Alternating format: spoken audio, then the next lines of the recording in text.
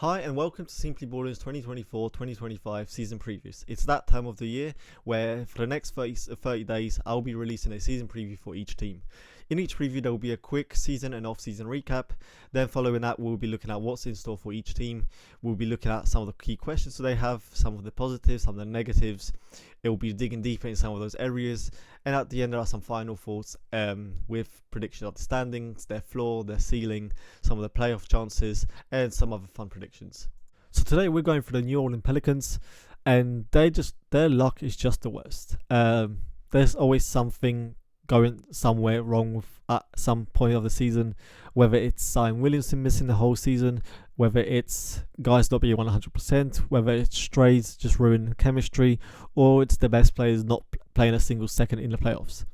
Because that's what it was this year. They did make the play-in, they did make the playoffs, but then got swept by the Oklahoma City Thunder, and Williamson did not play a single second. And that's just the story for the Pelicans. Their best player has not touched the playoffs yet. And it's fitting that the season ended with one of the players missing the season, missing the playoffs, considering they also started the season with Trey Murphy not starting the season with him because of an injury. But they still kind of had a relatively healthy season from all the top players. Williamson played 70 games, most in his career. Ingram played 64, most in his time with the Pelicans. CJ McCollum played all 66. Jonas Valanciunas played all 82 games. And Herb Jones played 76. Even with their trio of CJ, Williamson and Ingram, they played 43 games. They did well in those 43 games with 27 and 16 record and had a +5 net.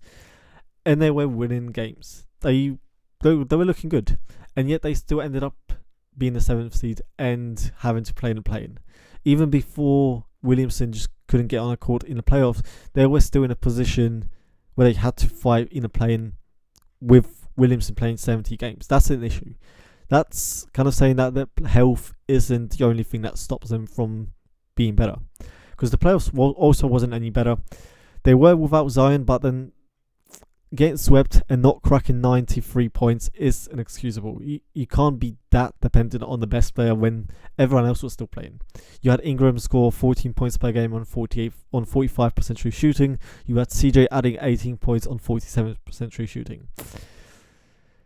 It's not health that's just the issue. It's everything else. And it was quite unfortunate because that did bring up a lot more questions for them, and it just makes the whole offseason worse for him. Because they made moves in the offseason. They looked to address stuff. They looked to make some splashes to try shake things up. They ended up trading for DeJounte Murray. And that's a considerable change. That change brings a whole new dynamic for the team. It's bringing a player that does require a certain setup to be maximized. It's not as simple as and easy to just plug someone in like that.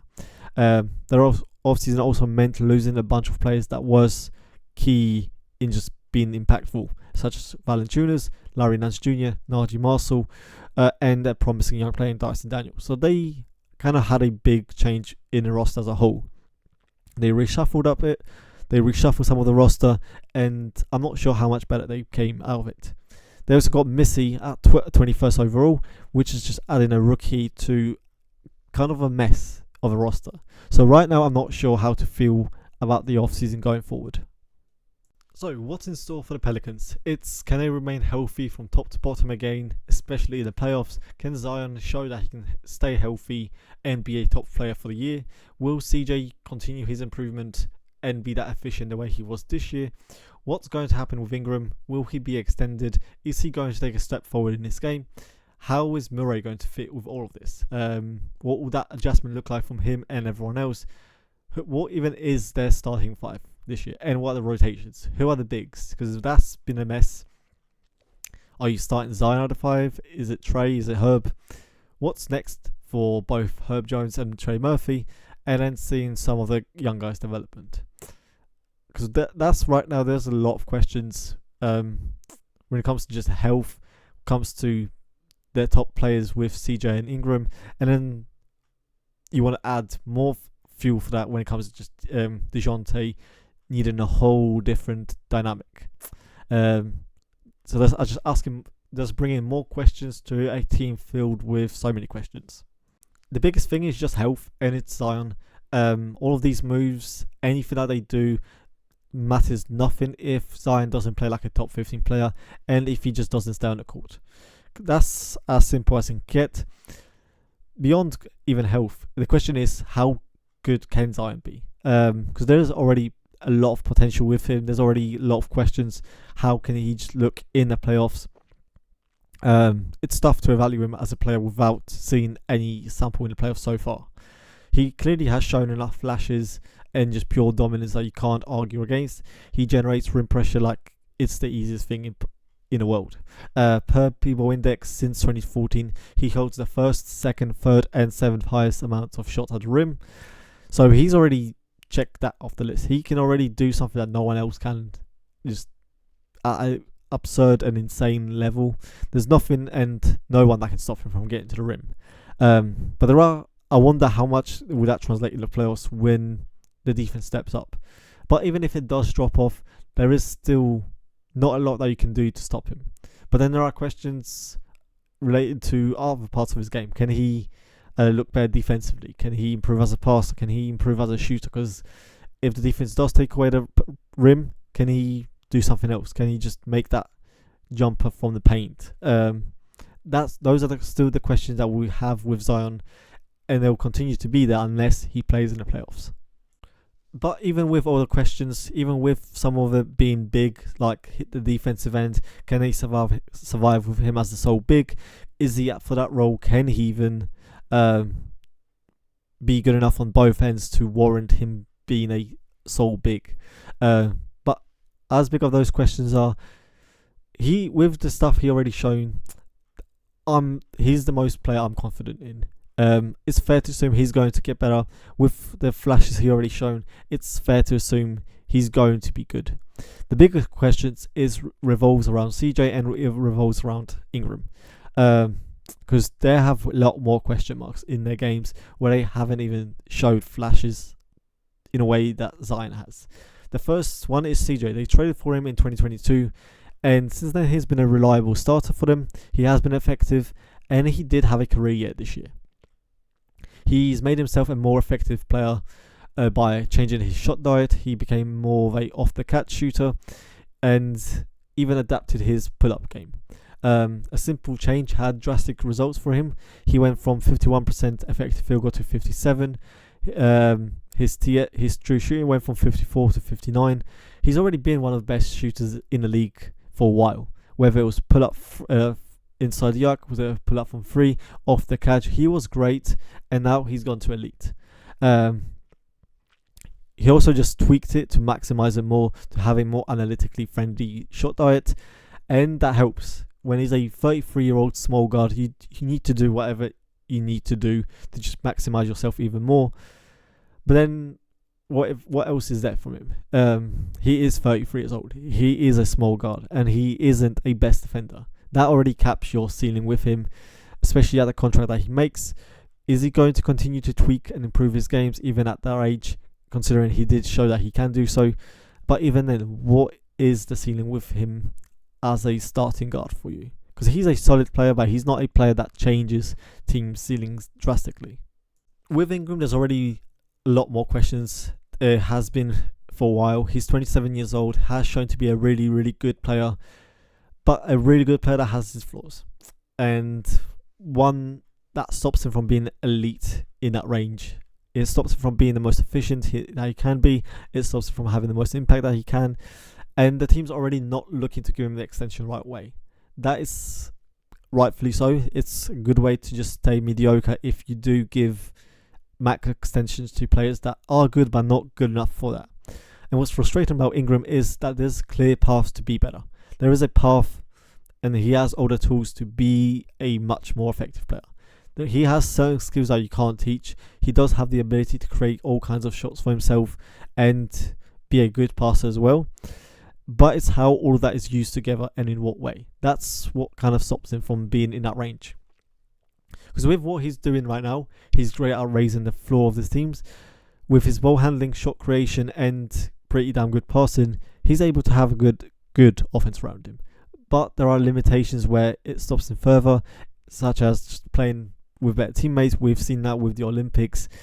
Some of the shot diet as well, that stops him from being the most efficient, and that puts limits on what you can do if the player is if the player has so many touches and has such high usage.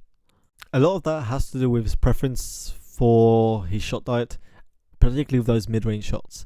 He shoots 72% at the rim with 17% frequency. He shoots 48% in a short mid-range with 30% frequency, 47% in a long mid-range with 28%, 36% in a corner with only 3% of it, and 35% from above the break with 25% of his shots. His most preferred areas, which comes around 60% of his shots, he's shooting 48%. That's not going to end up good when you're not even getting 1 point per shot. Math is not going to math there. And as much as people want to go against analytics, go against being turned into robots, it's going to be tough if a player relies on those kind of shots. But again, he has the tools. He has shown that he can do more.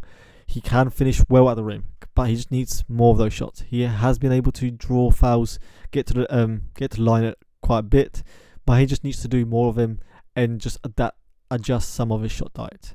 And that's going to be the biggest question for him and the team going forward, because if he can adapt and tweak some of it, he can raise a lot for this team. But the biggest change and the biggest question for this team going forward is bringing in Murray.